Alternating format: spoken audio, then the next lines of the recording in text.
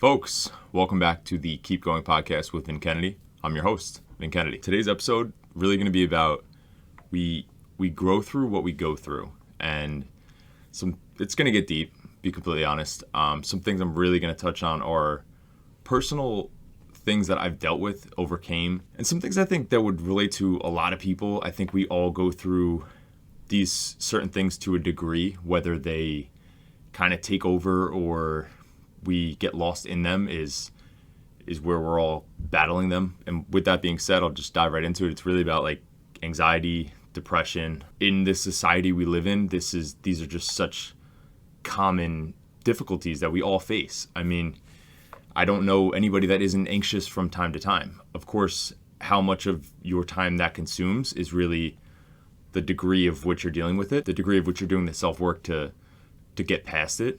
Again, not a psychologist, psychiatrist, not giving any advice. These are my personal hurdles that I've overcome and personal, I guess in a way, traumas, for lack of a better term, that I've kind of dealt with and found my ways of keeping me on the right trajectory, on the right path, and kind of overcoming these and becoming who I am today and comfortable in my skin and not letting these things consume me. Basically, when I was around, I want to say 14, 15 years old, I started to feel some anxiety.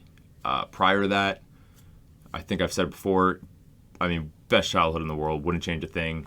Always happy-go-lucky kid, always smiling. I wouldn't say that drastically changed, but 14, 15, puberty's coming, big growth spurt for me personally. Not sure how tall I was in middle school, but I remember I was like 5'6" freshman year of high school. By the end of high school, I think I was 6'1", 6'2", giant growth spurt. And, obviously a lot going on hormonally that, not a scientist, not any of that. I don't know the ins and outs when it comes to that, but these are, again, just my personal experiences on this topic and with these hurdles. I would say around 14 or 15, kind of started really getting into, a little bit of an anxious state. With that, I kind of just couldn't grasp it. I couldn't control it. Again, 14, don't exactly know what's going on. Just know that I'm feeling something and kind of just anxious. And I couldn't even put my finger on it. I didn't know exactly what it was. I think there were multiple factors.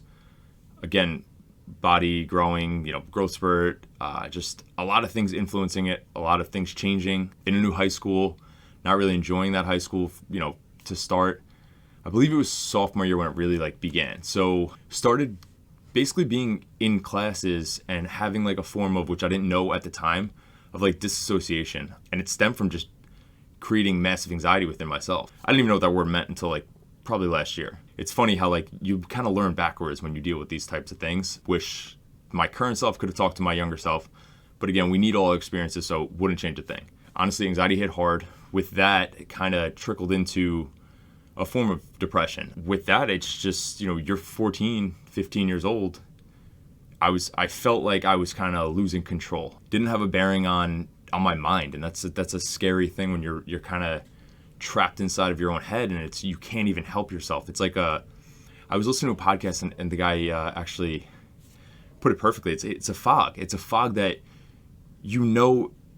almost know that it's not real, but you can't do anything to fight through it. And it's so, you feel like you can't do anything to fight through it. It just kind of consumes you, and it's tough to deal with. And again, this isn't for sympathy or pity. This is just me opening up to show people everybody goes through this stuff, even though we don't talk about it. I personally am just in a place where really just in a good place. So I'm if I could open up about this stuff and help anybody, I would love to. Yeah, so anxiety hit hard, led to depression. 15 years old, and kind of, I'm freaking out, mom and dad are freaking out. And then it almost became this kind of thing where it's we have to keep this a secret, where I don't blame them. My parents always looking out for me, family's always looking out for me. I understand that. But I don't know if that helped it. Even my parents they don't even exactly know what it is. I don't even know what it is, so I can't even express it to them. But, it's a tough pill to swallow that your 15-year-old son is just battling, at the time, severe anxiety and depression. And they did everything for me to possibly find out what it was and combat it. I had CAT scans. I had MRIs of my brain. It was, does he have a tumor? What is possibly causing this? And again, this was deep reflection and self-work, I could have probably brought this to light. I'm 15. I don't even know, for lack of a better term, I don't know my ass from my elbow. Like, it's just, this is what I knew. I knew I was in this fog, and I kind of just didn't know what to do to get out of it and combat it and fight it. And it was just like, you know what? If you're going to take me to all these doctors or whoever, like I was talking to psychiatrists, and I'm just sitting there and I'm like, what's going on? Like, how did we get here? You know, like I was playing Little League, playing flag football, like the biggest smile on my face ever, and 15 years old, and I'm like just miserable, and I have no idea what's going on, and I'm just stuck in my head. Just a tough time, obviously, but from that point, you know, doing all these tests, doing everything possible to find out what's going on, kind of just came to the realization, like, hey, he's battling mental illnesses. And again, not to say it wasn't like this wasn't a thing going on in society, but it wasn't as common as it is today. So I feel like this is talked about more now, which is awesome, because again, the more it's talked about, the more it's brought to light, the less people hide it, and the more people could be helped. It was a tough pill to swallow. It was a hard thing to come to grips with for me, for my parents. I mean, we didn't even tell my little sister. It was scary. And, you know, obviously you go back, you just want to shake yourself and be like, hey, you could get out of this. Like, you're indirectly causing this, even though you feel like you don't have control, you have complete control. And that's exactly how you get out of something like that, in my opinion. Without really knowing what to do, I did nothing. And that's probably the worst thing you could do in that type of situation. I gave up, for lack of a better term. I mean, I just kind of, you know, all right, bring me to the doctors. I'll talk to them. I'll do whatever they say. And, you know, when you go that route, and not to say it doesn't help people and it's not the right route, I just don't think, for me, I think I needed it, but I don't think it was the only route. So it was like, all right, we're going to throw them on X, Y, and Z pills just to help out. You know, we're going to combat the anxiety, combat the depression, and just try and help them. And, you know, when you go into that, it's just kind of like, that's almost a form of, to me, that was almost a form of giving up as well, where it's just like, all right, now I'm on antidepressant pills and anxiety pills, and I'm 15, like, and I'm just like, I don't know what else to do. And so at that time, really, I think it was maybe 6 months, I probably didn't leave my bedroom. Anybody that went to high school with me, I mean, it probably doesn't remember, but for a solid, like, I would say, I think I missed like 3 or 4 months of school, which is home. I don't think I did anything besides, I just remember drinking Gatorade, eating snacks, which obviously is not helping the situation, and watching the Knicks. I don't even like basketball. I just watched so much TV, I didn't know what else to do. I feel like I truly only left my room to go to doctor's appointments. I was so anxious of everything. Like, it just was compounding in the worst way. I was kind of just in this rut, dealing with this mental fog. I just couldn't fight, no matter how hard I tried. So technically, in my own way, I kind of just gave up and said, all right, I'll just live in my room the rest of my life, which, I mean, what? Like, at 15, I'm just, that's it? Just packing it in. We're not leaving our bedroom. You know, obviously, looking back, it's funny now, but I just didn't know what to do. Now I'm on medication. Medication's starting to help, but it's kind of, in a way, numbing things. Not really solving the problem, just causing the problem to get a little blurry itself. You know, more outgoing, because it's more of this, like, you just don't care. You can't, I don't want to say you don't feel feelings, because you do, but there's a thin layer. Now there's a thin layer of fog in another way, where you're not completely in touch. This is how I felt personally. You're not completely in touch. And luckily, that didn't freak me out, or we would have had real problems. I guess in a way, the medication helped, but looking back, it just kind of numbed what was going on, not really cured what was going on. Again, not a doctor, not getting into that, but I feel like that could be the case with a lot of medications. Again, this is my specific situation. I'm not talking about anybody else in general, but that's just my viewpoint and how I felt about it. I kind of just started to do more things, acclimate myself back into school, back into the regular life routine. A giant side effect for me personally was I started putting on weight. I think this was, you know, obviously other podcasts I've went into me gaining weight, me being heavy at a time, and this was kind of a trickle effect from the medication. Not to blame the medication fully. I mean, prior to this, I was probably, I don't know, maybe 10, maybe even younger. I would come home and just crush a box of Yodels and watch like whatever SpongeBob episode was on, and that was just like my after school activity. Not to say I wasn't an active kid. I always played sports, so I kind of got away with it. And of course, when you're younger, your metabolism is crazy, so you get away with almost anything. But, I didn't have a good diet to begin with, and then you add the medication, and it just led to overeating. Again, that also might have been a way to cope with what I was dealing with and the anxiety and stuff, but it was definitely led to weight gain. Like everything else, I've kind of cultivated this person that I am today, and this is kind of, I would say, one of the biggest hurdles that a lot of people, almost no one knows this about me. I mean, outside of like my family and like very close friends, recently I've been opening up about everything.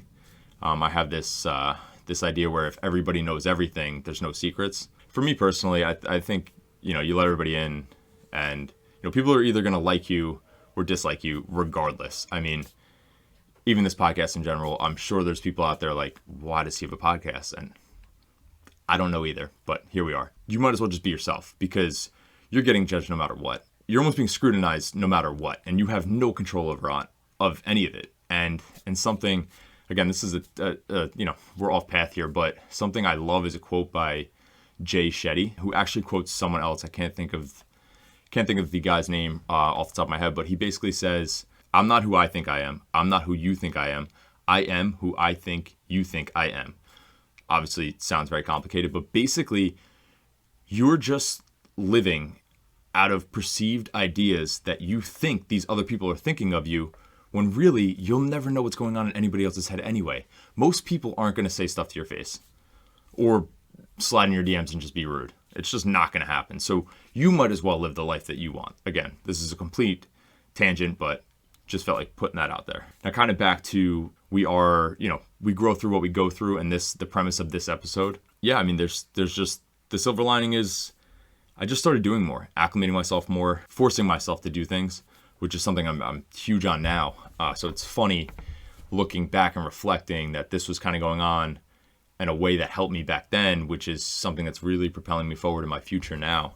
Eventually, I kind of fell into working out, enjoying it, and I was kind of like, I think I'm good on the medication. And they were like, you can't stop cold turkey, weaned me off, and then fell headfirst into like working out, and I was not fine, but fine, if that makes any sense. Like, I felt like I was in control again, which is huge, especially when you come from a place where you gave up and you feel like you lost, like you had no control. So that was huge for me. And then from there was just stepping stones and building and stacking days and stacking months and stacking years until, you feel like yourself again, or you feel like you really gain full control again. And, over time, obviously something I did, haven't been on medication in forever, and thank God. I think we need everything to shape us, but just not something I think helps me personally in any degree. I mean, even I get a headache, I don't like taking Tylenol. That has nothing to do with anxiety or anything. I just think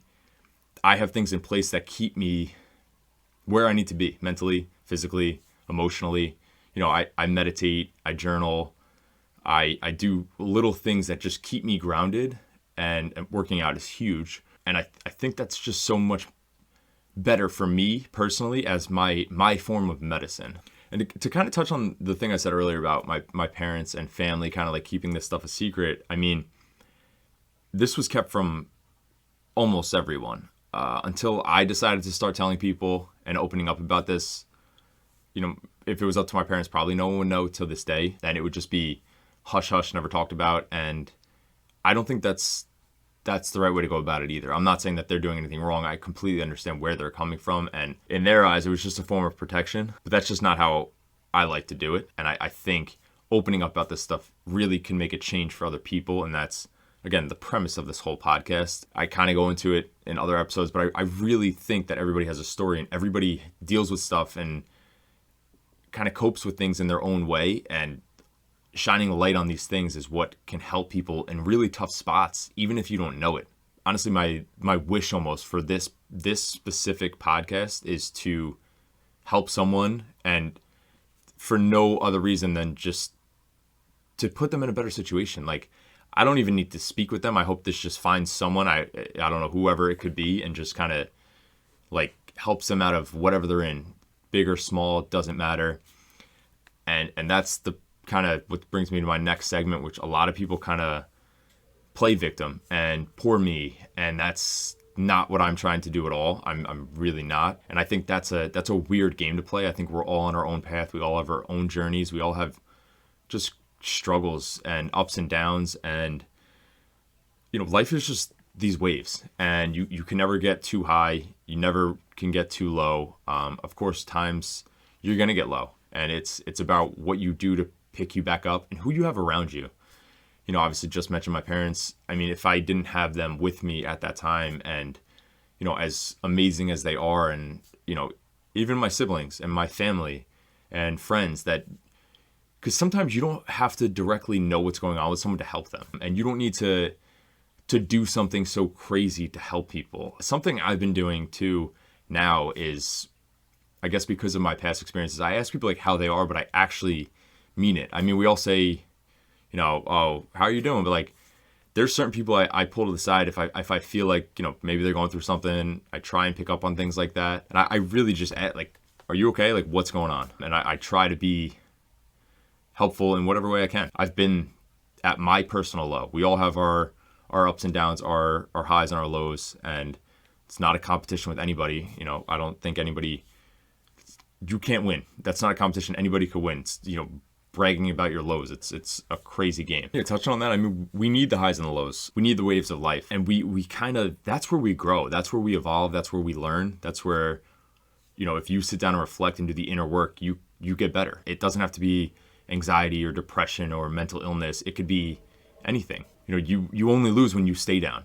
For my example, when I quit is when there was no chance of getting any better. But if you keep pushing forward, you could change your situation. There's always, it's cliche, but there's always sun after the rain. So if you keep pushing, if you make movement at all, just move, just go. And if you keep going, you can make a change. Next, I touched on it a little earlier where I kind of talked about awareness and asking people how they are. And it kind of brings me right into this book, Walk Past It One Day. I've heard a lot about emotional intelligence from Jesse Itzler, spoken about him before. Really, really bright guy, but not in a genius IQ type of way, which I'm sure he is as well, but you could sense his emotional intelligence. So personally, I think your EQ is more important than your IQ. I mean, you have a lot of smart people that just can't read a room, can't read people, and they rub people the wrong way. And for that reason, whether it's business, relationships, or even romantically, you don't want to get involved with these people because they have no awareness. So your emotional intelligence is huge, and it's something I've truly been working on, and something I think that I'm definitely getting better at. There's always constant improvement in all areas of my life. I always, I never want to settle. I like to be proud of where I'm at, but constantly evolving. But yeah, I mean, how do you make people feel? There's always that saying, do you light up a room when you leave, or do you light up a room when you walk in?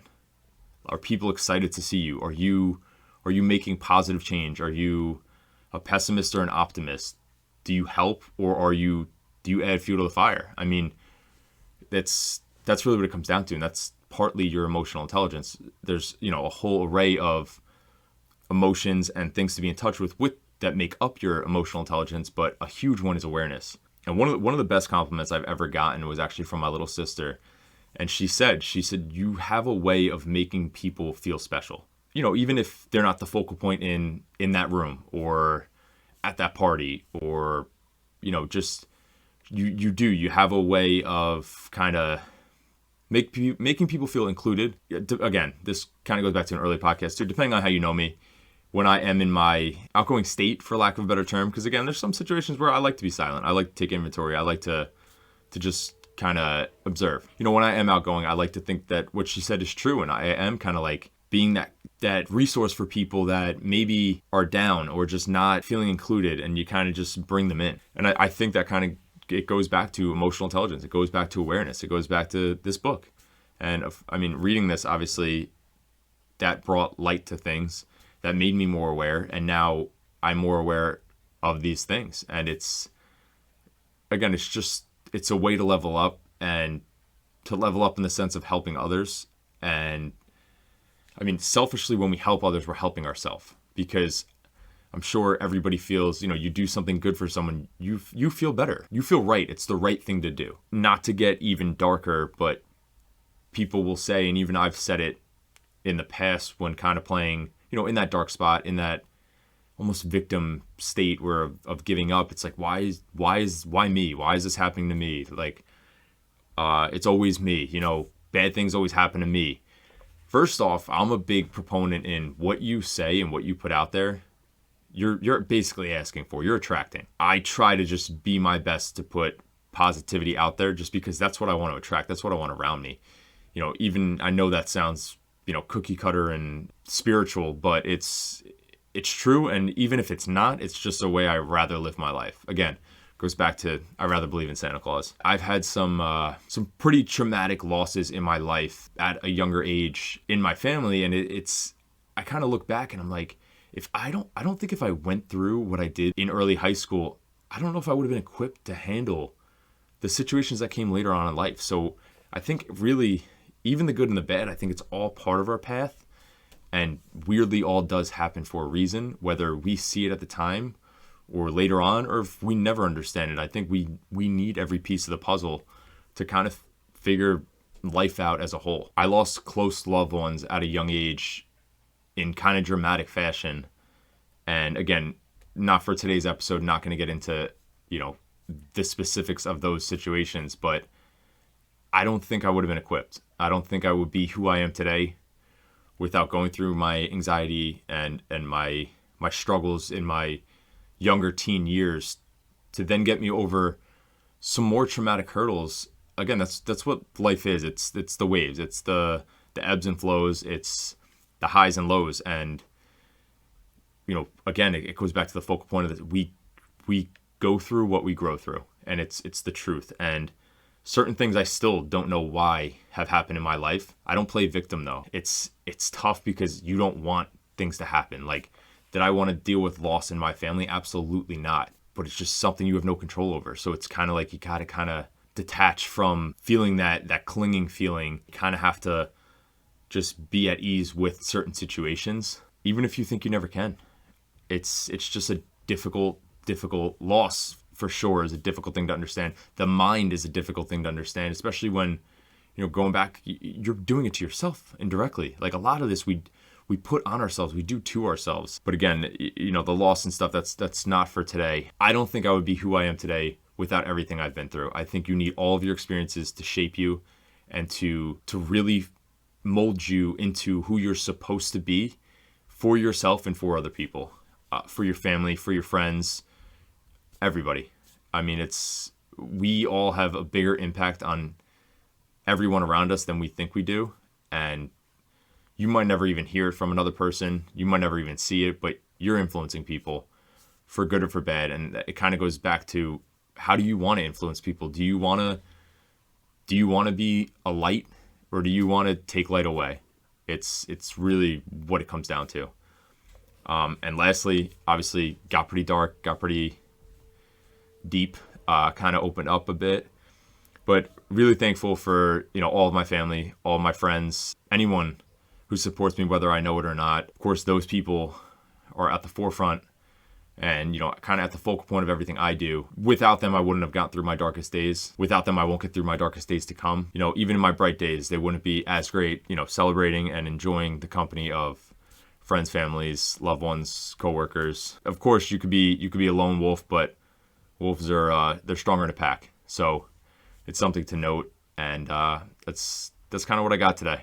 Got a little deep, definitely opened up here. I just, again, hope this could reach someone who it could possibly influence. And that's all we got, folks. Honestly, I hope this helps even one person. That would be a huge accomplishment. So with that being said, that's what we got today. Please share, subscribe, and like, and tune into the next episode.